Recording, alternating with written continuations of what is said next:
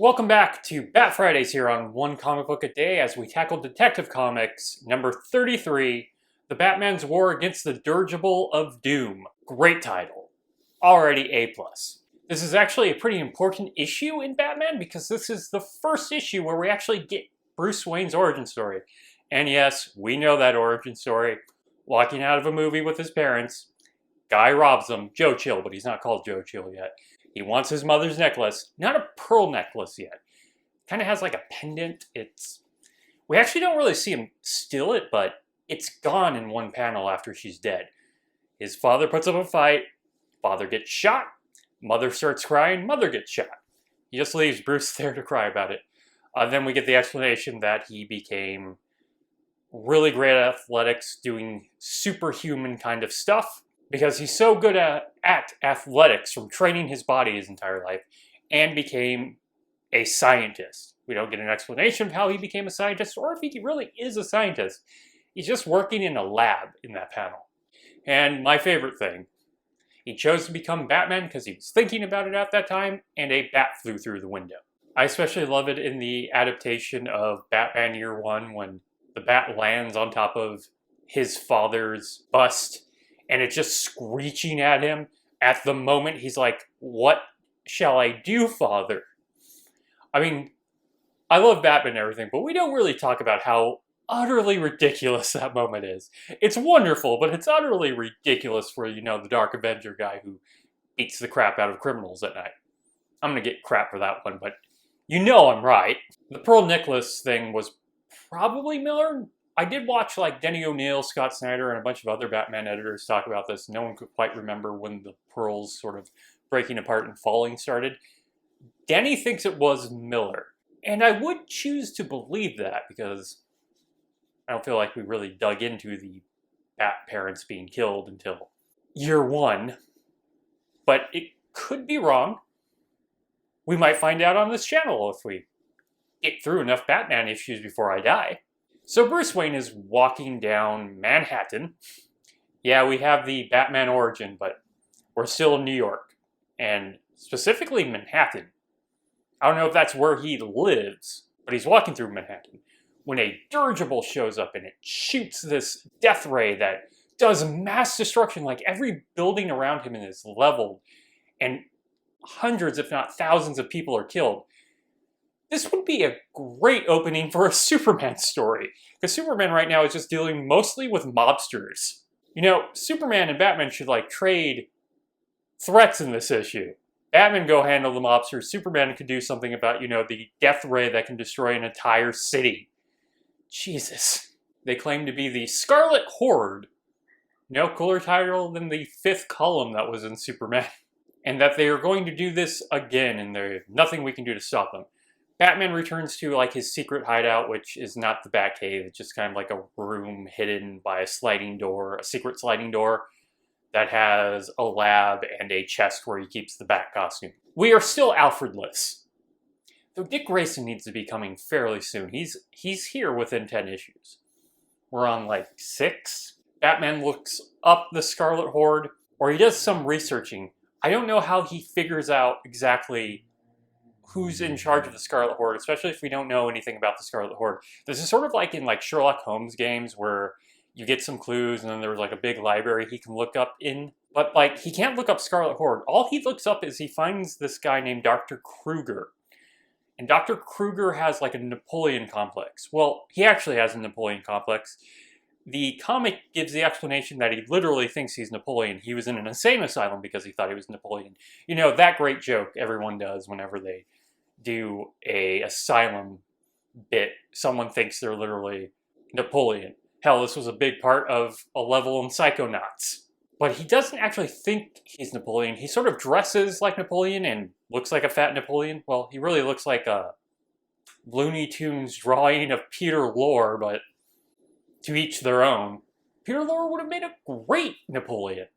Too bad that never happened. But he wants to be like Napoleon. So that's a Napoleon complex. He wants to conquer like Napoleon. Batman goes out to find him. He gets right to their secret hideout where he sees Kruger talking to 3 other scientists he's united around. So apparently these scientists also had mobsters, which Honestly, I shouldn't question because that happens a lot in superhero comics, especially at this time. But yeah, they combine the resources and now they're the Scarlet Horde and they're like an army and with their death ray from this dirigible. The kid points at the blimp and says dirigible, and I don't know about the 1930s, but like, do you know any kid that would call a blimp a dirigible? It feels wrong. Like, I don't even call them dirigibles. I guess that could have been more common. Still doesn't feel like the thing a kid would yell. Kruger plans to level the city, and in the terror, they're going to basically steal everything they want and eventually like use the money to make a fleet, and then they will conquer the world, like Napoleon, even though Napoleon never succeeded in conquering the world. And a better analogy would have been like Alexander the Great, who also never conquered the world, but he conquered more than Napoleon. Batman confronts them, but is knocked out. Kruger leaves the building to explode, so Batman dies in the process, and that way they will think Kruger is dead. If he plans on conquering the world, why does he need them to know he's dead? They're basically going to know he's alive almost immediately. Even if they don't even know who's running the Scarlet Horde right now, I don't know why this is happening. But Batman gets up and escapes before the building explodes, so now Kruger thinks he's dead. Well, also everybody else thinks Kruger's dead. Batman's able to get to his other Doctor partners and threaten them and ends up following them back to their secret hideout, where they have henchmen wearing these Ku Klux Klanish masks, but I think they look like condoms. Let's just be straight out with that. My wife also argued maybe boobies, but I'm going with condom. They have condom heads. Just interesting design here from Moldoff. Hell, let's just claim it was Bob Kane just for the fun of it. Probably wasn't. Batman tries to confront Kruger again, but he gets shot. Kruger then leaves Batman dying to one of the guards and goes and gets one of the death rays and shoots it at Batman, pretty much disintegrating him. If you haven't already figured out where this is going, Batman switched costumes, so actually he has more than one Bat costume already. Good for him. But he's in the condom head costume and climbs up to his bat plane and escapes. He then goes over to his lab and makes something. We get no explanation of what he stole or saw that would give him an idea of what he's making with chemicals. But after he does it, he uses it to paint the bat plane, or bat gyro as it's called. It goes back and forth. It's mostly called the bat gyro. And it paints it purple. He then goes out as the dirigible is about to destroy the city again. It sees Batman coming at him and it shoots its death ray at the plane, but it does not work. So Batman figured something out by, just hanging out in his lab for a while mixing chemicals. Kruger escapes on the solo plane underneath it, like on Indiana Jones and the Last Crusade, there was the plane they escaped on. He escapes on that and Batman basically just plows his bat gyro into the dirigible, exploding it. Total kamikaze, but he jumps from it first. And in a parachute, he sort of lands on the airplane. It looks like he lands on it, but he misses it and throws his batarang rope and is able to clench himself onto the plane. I guess he loses his parachute at this time. If he didn't have two, this could have been really bad. And he shoots one of his gas vials. By the way, Batman also has a vial that makes dark clouds around an area, so even if it's daylight, he can be sort of the night. I'd really love if that returned. That's a cool idea. He just blots out the sky and then jumps in. He shoots the gas pellet, which lands in the plane. And though there isn't a top and he's flying in the sky, the gas does collect around him. I guess it would kind of work if it was in the seat. But you would think with how fast the plane is going and how the air is going through that he's not breathing in the gas enough. But it knocks him out. Batman jumps from the plane at the last second, which also would probably break every bone in his body, but okay. And Dr. Kruger, Napoleon, Peter Lorre, crashes and is presumed dead. Probably is dead. I don't think this false Napoleon is going to be a big Batman rogue in the future. Though I had a lot of fun talking about him. And I guess Batman didn't specifically kill him. I don't know, that feels more his fault than previous deaths. But yeah, I'm enjoying Batman. It's just big and ridiculous. Ridiculous threats for a ridiculous character. Yeah. Why doesn't Superman have more of these? Maybe we should trade and have Jerry Siegel write Batman and Bill Finger write Superman. Bill Finger probably would have had a lot of fun with Superman and just would have went all out on those powers.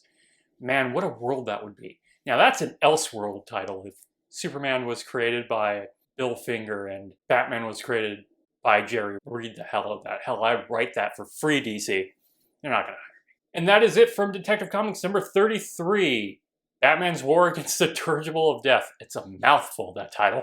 And it's not death, it's doom. Batman's War Against the Dirigible of Doom. Death is better. If you enjoyed this video, please like and subscribe.